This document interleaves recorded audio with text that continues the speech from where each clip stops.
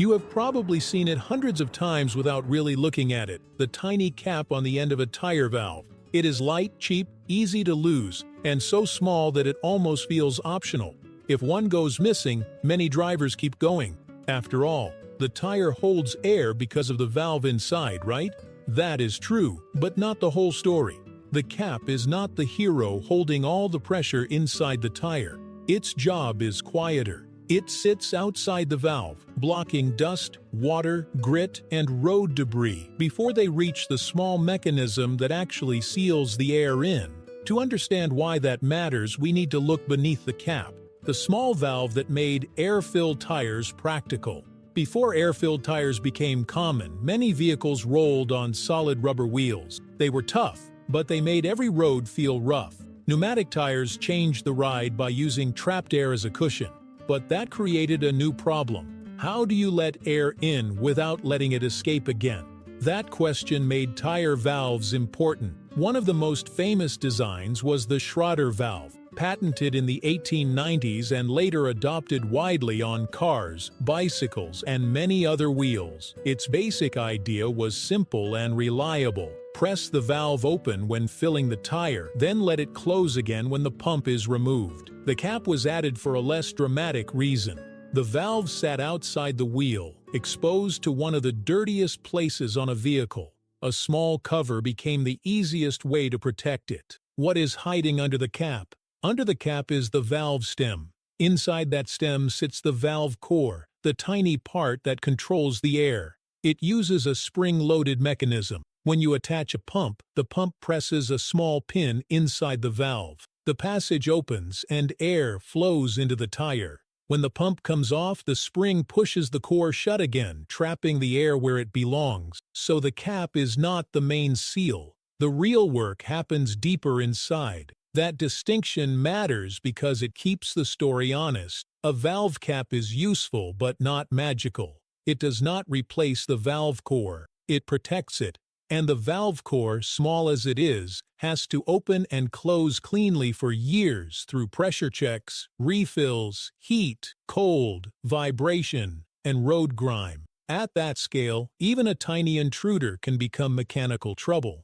The real enemy is not air, it is dirt. A tire may seem like a sealed system, but the valve lives on the outside, right where the road is messiest. Every trip sends the wheel through dust, sand, mud, dirty water, oil stains, road salt, and tiny pieces of gravel. Most of it spins away, some of it sticks. Without the cap, dirt can collect around the opening of the valve stem. It does not need to rush in all at once. A little road dust after one drive, a bit of dried mud after another. Then, during a pressure check or refill, some of that material can be pushed closer to the valve core. That is where the scale changes. A grain of sand that means nothing on the road can matter inside a tiny spring-loaded seal. If it keeps the core from closing perfectly, the tire may not fail dramatically. More likely, it loses air slowly, quietly, in a way that is hard to notice until the pressure has dropped. With a small valve, the problem is not always something big. Sometimes it is one speck of dirt in exactly the wrong place.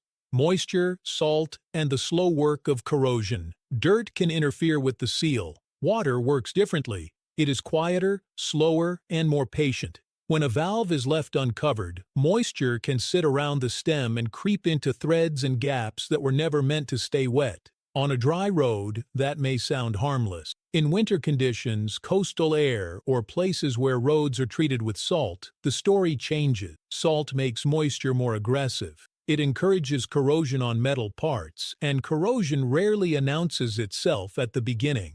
It starts as a rough surface, a stubborn thread, or a part that no longer moves smoothly. Over time, that can mean a valve that is harder to service, easier to damage, or more likely to leak. The cap cannot stop every drop of water or erase years of exposure, but it reduces direct contact between the outside world and the sensitive area around the valve core and stem. Some failures do not begin with a bang. They begin with a few drops of water sitting where they should not be. The backup seal, most people never notice. Some valve caps are only covers. Others have a small rubber gasket tucked inside the top.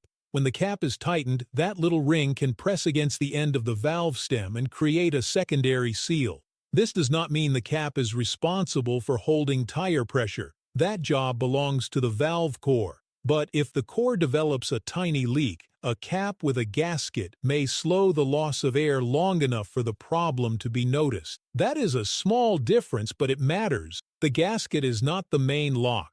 It is the extra bit of protection that helps when conditions are less than perfect. And on modern vehicles, the area around the valve has become more important than it used to be. Why modern cars make this cap more important? Many modern vehicles use TPMS, or tire pressure monitoring systems, to warn drivers when pressure drops too low. Depending on the design, the sensor may be built into the valve assembly or placed inside the wheel near it. A missing cap will not instantly ruin a sensor, but it does leave the valve area exposed to dirt, moisture, corrosion, and rough buildup. Over time, that can make servicing harder and create a less friendly environment for parts that cost far more than the cap itself. Here is the funny imbalance. One of the cheapest pieces on the wheel helps protect an area connected to one of the more sensitive systems in the tire. The cap does not need circuits, batteries, or a warning light. It just has to keep the entry point cleaner than it would be without it.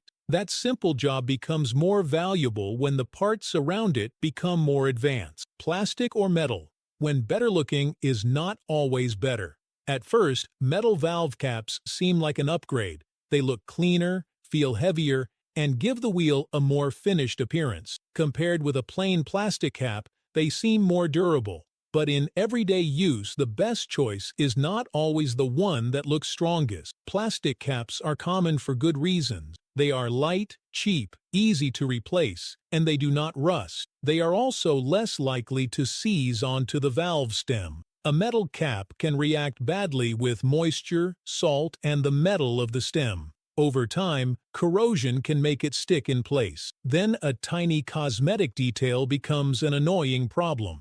When you need to check pressure or add air, the cap may refuse to come off. Force it too hard, and you can damage the valve stem itself. For daily driving, a good plastic cap is often more practical. It may look ordinary, but it does the job with fewer complications. Sometimes the smarter part is not the shinier one. It is the one that causes less trouble. The bigger system behind the small cap. Tire pressure quietly affects almost everything a tire does: grip, braking, fuel use, handling, and tread wear. When a tire is underinflated, it flexes more than it should. That extra flex creates heat, wears the tread unevenly, and can make the vehicle feel less precise on the road. This is where the valve cap connects to a larger system. It does not control braking or manage fuel economy, but it helps protect one exposed point in the system that keeps pressure where it belongs. A missing cap is not an instant disaster. It is a small gap in a long-term defense. Most of the time, nothing dramatic happens right away, but vehicles stay reliable because many quiet details are allowed to keep doing their jobs. The cap is one of those details, cheap, unnoticed, and sitting exactly where protection is needed. What to do when one goes missing? If a valve cap goes missing, replace it soon. There is no need for alarm, but there is also no good reason to leave the valve exposed. Choose a cap that fits snugly. If possible, use one with a small rubber gasket inside.